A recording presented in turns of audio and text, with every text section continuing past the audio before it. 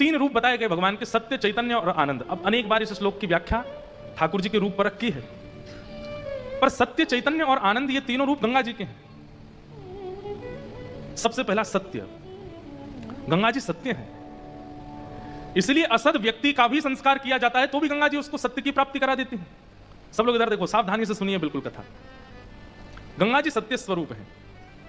अब व्यवहार में ऐसा होता है कई बार कि मित्र मित्र आपस में कहते हैं, ये जो तू बात कह रहा हाथ में गंगा जल लेकर के कहते, गंगा जल लेने में घबरा जाता है, गंगा जी नहीं लूंगा, मैं कह रहा हूं कि मैं कल से ऐसा नहीं खाऊंगा, मैं कल से ऐसा नहीं पीऊंगा, नहीं गंगा जल लेके कहे हाथ में।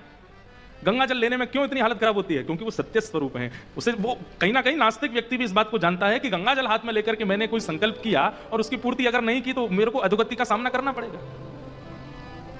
गंगा जी सत्य स्वरूप है, सत्य है, सत्य है। इसलिए जीवन में कुछ भी करने वाला व्यक्ति वो भी अपने अंतिम समय में घर के लोगों से निवेदन कर देता है कि संस्कार हो सके तो गंगा तट पर करना, नहीं हो सके तो कम से कम अस्थि विसर्जन तो गंगा जी में ही कर देना, क्योंकि उसे पता है कि जीवन में चाहे जो भी किया हो लेकिन मेरी थोड़ी सी जो लाज बचाने की सामर्थ्य वो गंगा जी में है, वो मेरी लाज बचा लेंगी कैसे भी। गंगे गंगे तियो ब्रूया